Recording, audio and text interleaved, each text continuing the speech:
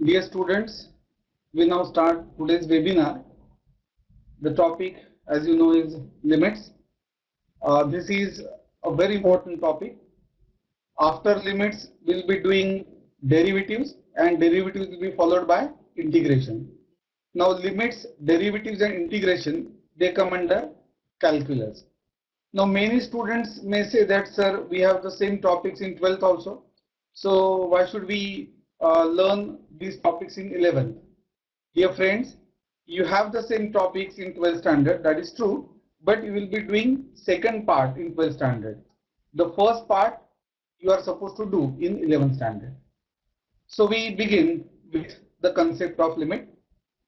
Consider the statement. What is the statement? The statement is the train approaches Lonavala station. Now this is a very simple statement. But what conclusions can be drawn from this? Can you tell me? What conclusions can be drawn from the statement the train approaches Lonavala station? The first and the most important conclusion is the train is not yet reached Lonavala station. Why? Because the word approaches is used. So the train is not yet reached Lonavala station. But as the word approaches is used, what conclusion can be drawn? The distance between train and that platform is decreasing. And the third and the most important conclusion is the direction is not mentioned.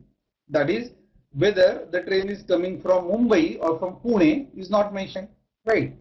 By this I mean, suppose here it is Mumbai, right, and this is Pune, and suppose this is Lonavala.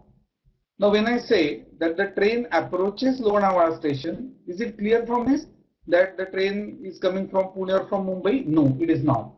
So the third conclusion is the direction is not mentioned. That is, whether the train is coming from Mumbai or from Pune is not mentioned. Dear friends, you will be using this conclusion in the topic continuity in 12th standard. In other words, I can say that the limiting position of that train is Lonavala station on that particular platform. Now I'll give you second example. Tangent is the limiting position of secant. I'll read this statement again. Tangent is the limiting position of secant. I'll explain this. See, PQ1 is a secant, right?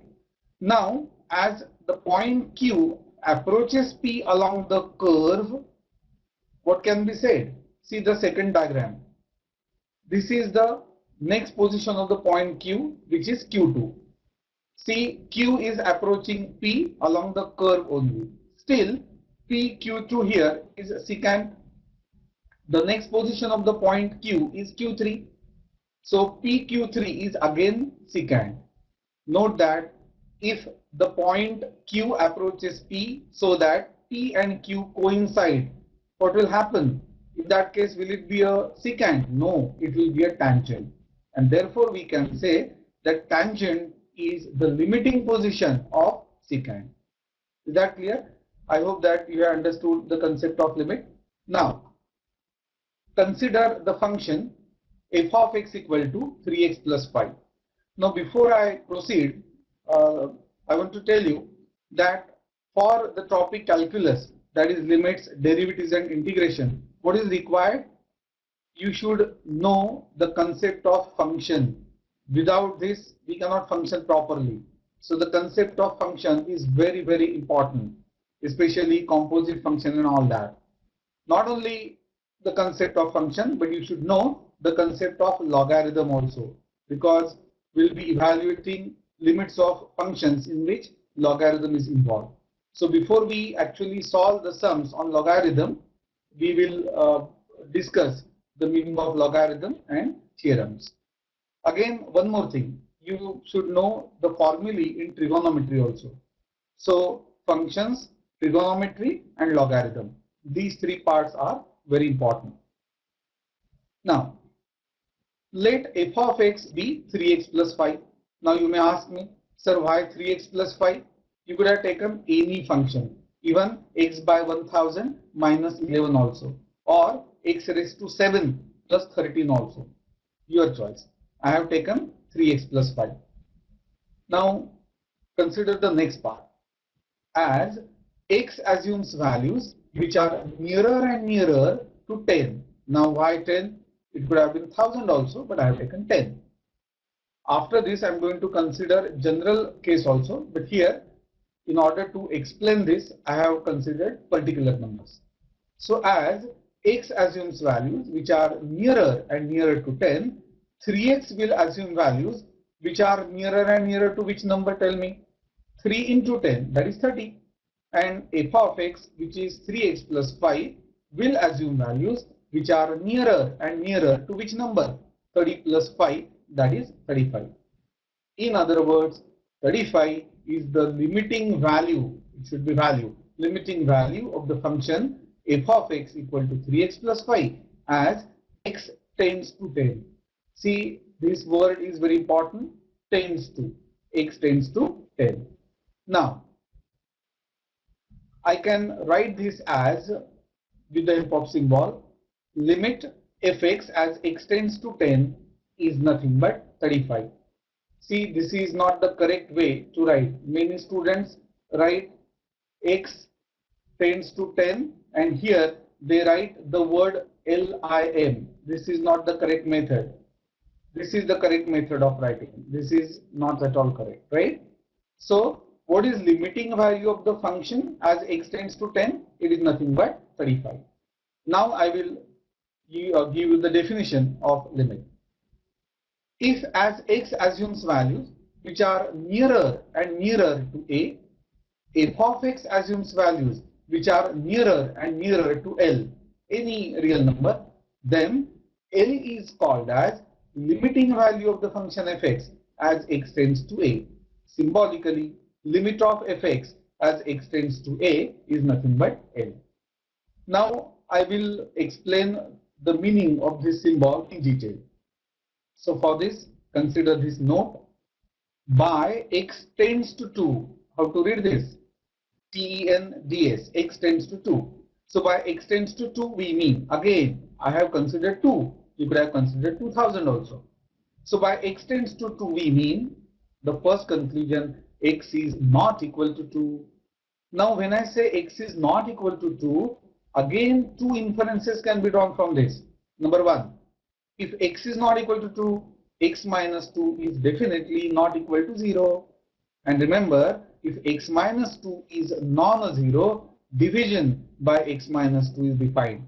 Because in mathematics, division by only non-zero number is defined. So just by x tends to 2, we can conclude that division by x minus 2 is defined. Secondly, x assumes values which are nearer and nearer to 2.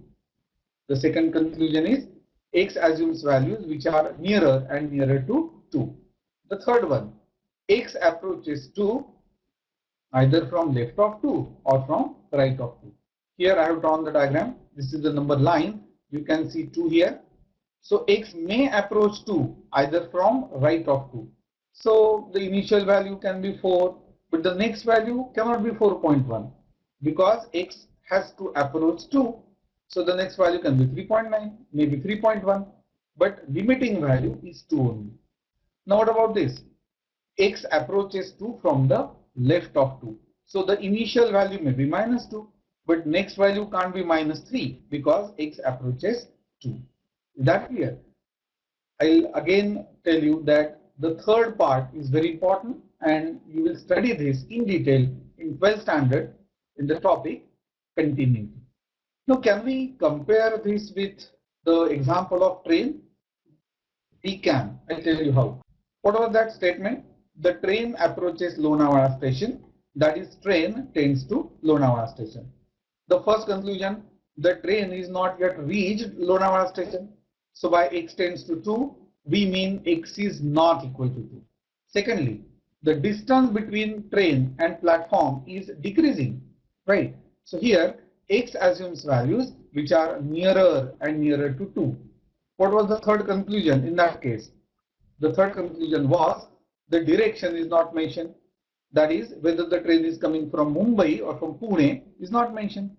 Here, X may approach to either from left of 2 or from right of 2. Is that clear? Okay. See, the sums on limits are not at all difficult.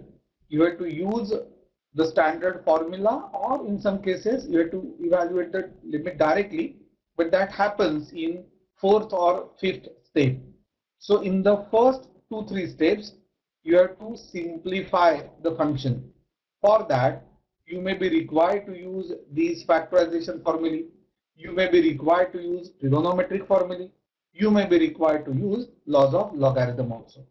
So here I have mentioned few important results. I won't read those results. You just go through all these results. I'll give 1 minute. I'll explain the result number 8. If the value of the polynomial in x is 0 at x equal to a, then x minus a is its factor. I'll explain. Consider x square minus 4. Now can you tell me what is the value of x square minus 4 when x equal to 2? Clearly, at x equal to 2, the value of the polynomial x square minus 4 is 0. Why? 2 cos square 4 minus 4, 0. Is that clear? So as per this result, when the value of the polynomial is 0 at x equal to a, then x minus a is its factor. Here, the polynomial is 0 at x equal to 2, so x minus 2 is the factor of this polynomial, right? This result is very important.